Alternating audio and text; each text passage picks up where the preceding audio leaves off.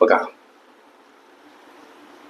वर्गमुळात 325 अधिक 12 भागीला 3 गुणिला 2 वजा वर्गमुळात 145 कंस पूर्ण भागीला कंसाबाहेर भागीला 2 सोडवा पदावली.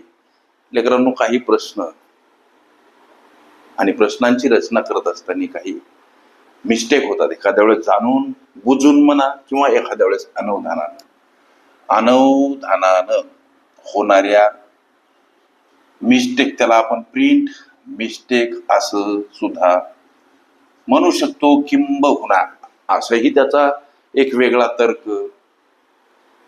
वितर्क काढता येतो की एखाद्या वेळेस तुमच्या बौद्धिक क्षमतेची, मानसिक क्षमतेची ही अग्निपरीक्षा, की बाबा इथं 325 नसतील,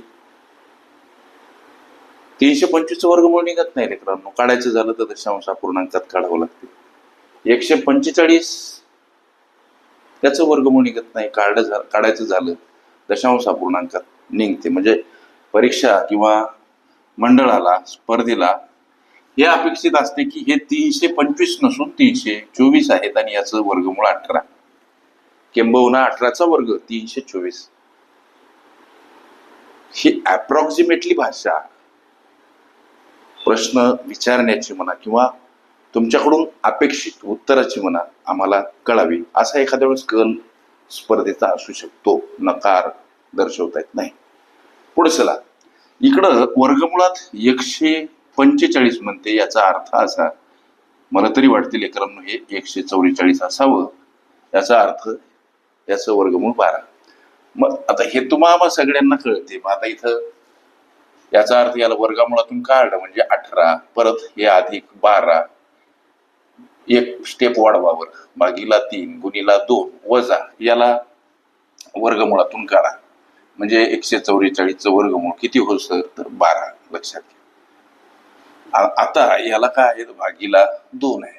ओके, आता पदावली सोडत असताना कंस भागू बेवय, याचा अर्थ कंस सोडवत असताना कंसामधील चाचीचे ही पद, त्यानंतर भागाकार, गुणाकार, बेरीज, वजाबाकी ह्या क्रमशः क्रिया कराव्या लागतात. मग आता इथं कंसामध्येच 18 मात्र असेच राहू द्या. प्रथमतः भागाकार करावा लागतो म्हणून 12 भागीला 3 भागाकार 4 सर गुणिला 2 वजा 12 भागीला 2 समोर. आता दुसरी स्टेप लक्ष द्या, गुणाकार करावा लागतो सर. मग आता 18 असेच ठेवा अधिक 4 दोन्ही किती होतात सर 8 वजा 12 इथं भागीला 2.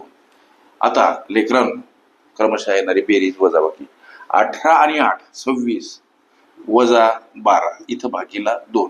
26 मधून 12 वजा करा लेकरांनो, किती येतील तर 14 आणि 12 26 म्हणजे उत्तर 14. आता भागीला 2, 14 आणि भागीला 2 याचा अर्थ उत्तर या पदावलीचं किती सर 7. हे लेकरांनो तुमच्या विचारल्या प्रश्नाचं निसंशय करेक्ट आन्सर 7.